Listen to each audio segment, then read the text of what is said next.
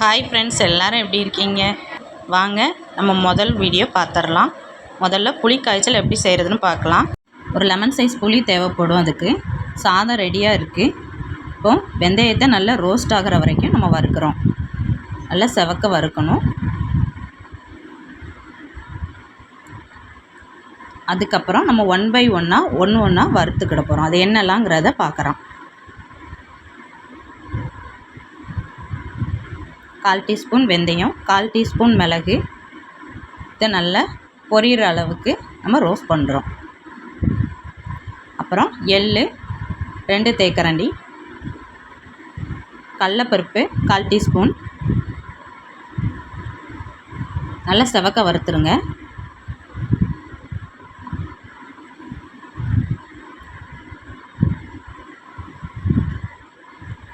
நமக்கு colour change ஆகி வரும், அதுதான் பதமாக இருக்குங்க.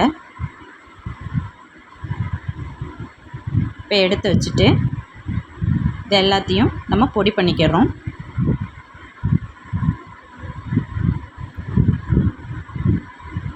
வானிலையில் எண்ணெய் விட்டு கடுகு போட்டுங்க. 1/4 டீஸ்பூன் கடுகு. நல்லா கடுகு பொரியிற வரைக்கும் 2 நிமிஷம் வெயிட் பண்ணுங்கள்.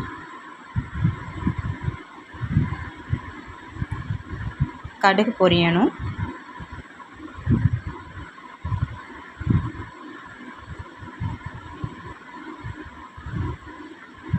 சிம்லேயே வைங்க. கொஞ்சம் நல்லெண்ணெய் கொஞ்சம் தாராளமாகவே விட்டுக்கோங்க. அப்போ தான் நம்ம ஸ்டோர் பண்ணி வைக்கும்போது நமக்கு கெட்டு போகாமல் இருக்கும். இதை நம்ம ஃப்ரிட்ஜில் வச்சு 10 நாளைக்கு மேலேயும் நம்ம ஸ்டோர் பண்ணி வச்சு யூஸ் பண்ணிக்கலாம். இப்போது நான் வத்தல் போடுறேன். நான் குண்டு மிளகாய் போடுறேன். நீங்கள் என்ன இருக்கோ அந்த வத்தல் போட்டுக்கலாம். கடலைப்பருப்பு தேவையான அளவு போட்டுக்கலாம். நல்லா பொரியட்டும். பொரிஞ்ச பிறகு நான் வேர்க்கடலை தேவையான அளவு போட்டுக்கிறேன். எங்கள் வீட்டில் வேர்க்கடலை ரொம்ப பிடிக்குங்கிறனால நான் அதிக அளவே போட்டுக்கிறேன். நீங்கள் தேவையான அளவு போட்டுக்கலாம். வேர்க்கடலை கொஞ்சம் நல்லாவே ரோஸ்ட் ஆகட்டும். ஏன்னா நான் பச்சை வேர்க்கடலை தான் யூஸ் பண்ணியிருக்கேன். நீங்கள் வறுத்த வேர்க்கடலையாக இருந்தால் லைட்டாக பொன் முருவலானோன்னு உடனே விட்டுருங்க. அதிக அளவு வறுக்கணுன்னு அவசியம் இல்லை. நான் பச்சை வேர்க்கடலை எடுத்துருக்கனால கூட கொஞ்சம் நேரம் வறுத்து விட்டுருக்கேன். இப்போ நான் சொன்னேன் இல்லையா, அந்த பொடியில் வத்தல் மட்டும் வறுத்ததை உங்களுக்கு வீடியோ எடுக்கலை. அதனால் அதோட வத்தலை மட்டும் வறுத்து பொடி பண்ண ரெடி பண்ணி வச்சாச்சு. இப்போ புளி காய்ச்சலுக்கு புளியை கரைச்சி வச்சுருந்தோம் இல்லையா, அதை ஊற்றியாச்சு. ஊற்றிட்டு இந்த சீக்ரெட் பொடியை நம்ம 1 ஸ்பூன் விட்டு கிளறி பார்த்துக்கிடணும். நமக்கு திக்னஸ் எவ்வளோக்கு வேணும் அப்படிங்கிறத பொறுத்து போட்டுக்கலாம். நான் சாதத்தில் உப்பு போட மாட்டேன். அதனால தேவையான அளவு கூட கொஞ்சமே உப்பு போட்டு கிளறி விட்டுக்கிறேன். நீங்கள் சாதம் உப்பு போட்டு வடிக்கிறவங்களா இருந்தீங்கன்னா தேவையான அளவு பார்த்துக்கிட்டு செக் பண்ணிவிட்டு நீங்கள் போட்டுக்கலாம்.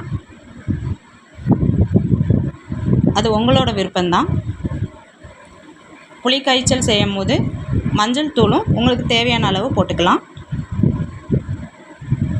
நான் சொன்ன அளவுகளை நீங்கள் செஞ்சு பாருங்கள். உண்மையிலேயே உங்களுக்கு ரொம்ப பிடிக்கும். காயப்பொடி வாசத்துக்கு தேவையான அளவு போட்டுக்கலாம். கடைசியாக சீக்ரெட்டாக நாட்டு சர்க்கரையோ அல்லது வெல்லமோ எது வேணுமோ நீங்கள் போட்டுக்கலாம்.